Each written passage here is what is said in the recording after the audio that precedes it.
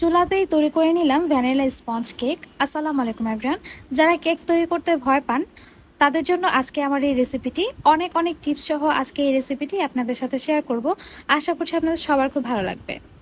আর এই রেসিপিটি ফলো করে আপনারা অনায়াসে বাসায় বসেই কিন্তু এই ধরনের মজাদার একটি কেক তৈরি করে ফেলতে পারেন। তাহলে চলুন দেরি না করে রেসিপিটি শুরু করি। কেকটি তৈরি করার জন্য প্রথমে আমার লাগবে ডিম। আমি এখানে 2টা রুম টেম্পারেচারে থাকা ডিম নিয়েছি। দিয়ে দিচ্ছি 1 চা চামচ পরিমাণ ভ্যানিলা এসেন্স। আমি এখানে 1/3 কাপ পরিমাণ চিনি নিয়েছি আর এটাকে অল্প অল্প করে দিয়ে নেব। আমি এখানে পাউডার সুগার ব্যবহার করছি। একটা ইলেকট্রিক বিটারের সাহায্যে এখন এই ডিমটাকে আমি খুব ভালোভাবে বিট করে নেব।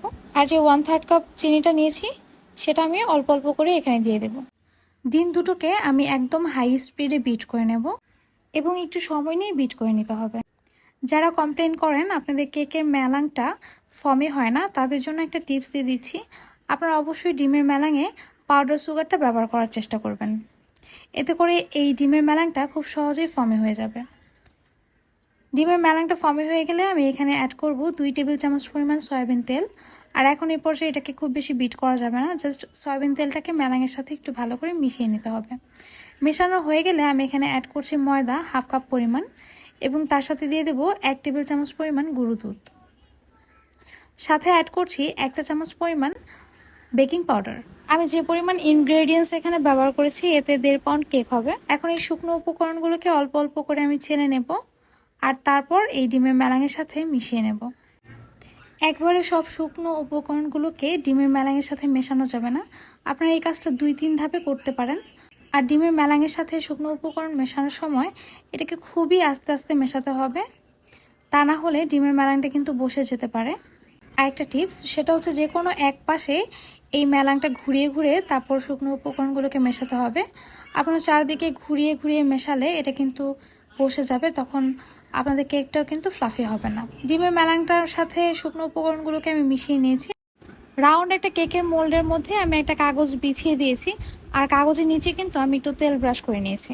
এখন সেটার উপর আমি যেই কেকের ব্যাটারটা তৈরি করে নিয়েছি সেটা দিয়ে দিচ্ছি। সম্পূর্ণ ব্যাটারটা দেওয়ার পর আমি এখন এইভাবে করে নেব, এতে করে ভেতরে ফাঁকা থাকবে না। আমি একটা চুলাতে পাত্র বসিয়ে অলরেডি এটাকে গরম করে নিয়েছি আর তার উপর একটা স্ট্যান্ড বসিয়ে এখন মোলটাকে আমি বসিয়ে দিচ্ছি। একটা সিলভারের ঢাকনা দিয়ে আমি এখন এটাকে ঢেকে দেব আর চুলার আঁচটা মিডিয়াম টু লোতে রাখবো। খেয়াল রাখবেন যাতে কোনোভাবে ভেতরের তাপ বাইরে না আসতে পারে। যে পাত্রের মধ্যে আমি ক্রিমটা বিট করব সেটাকে আমি ডিপ ফ্রিজে রেখে ঠান্ডা করে নিয়েছি। সাথে ইলেকট্রনিক বিটার এই স্ট্যান্ড দুইটাকেও কিন্তু ঠান্ডা করে নিয়েছি।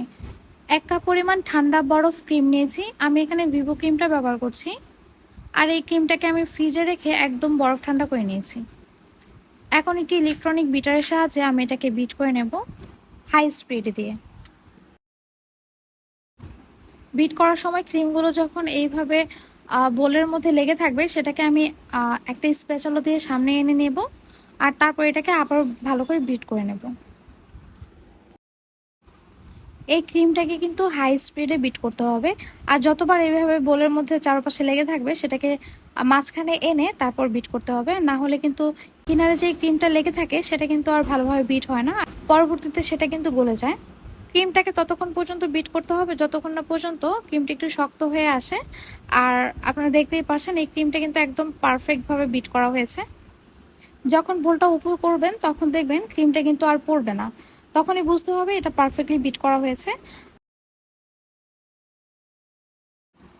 অন্যদিকে কেকটাকে আমি 25 মিনিট চুলাতে বেক করে নিয়েছি আর এই 25 মিনিটের মধ্যেই কিন্তু কেকটা হয়ে গিয়েছে। যেহেতু আমি যেই পাত্রে কেকটা বেক করেছি সেই পাত্রটা একটু ছোট ছিল, যার কারণে এটা বেক হতে সময় কম লেগেছে। আমি একটা কাঠি দিয়ে দেখে নিচ্ছি কেকটা হয়েছে কিনা, আর কেকটা কিন্তু হয়ে গিয়েছে। তো কেকটা ঠান্ডা হওয়ার পর আমি এটাকে মোল্ড আউট করে নিয়েছি আর এখন মাঝখান থেকে কেটে নিলাম। আর দেখতেই পারছেন কেকটা কতটা পারফেক্ট হয়েছে আর কতটা স্পঞ্জি হয়েছে।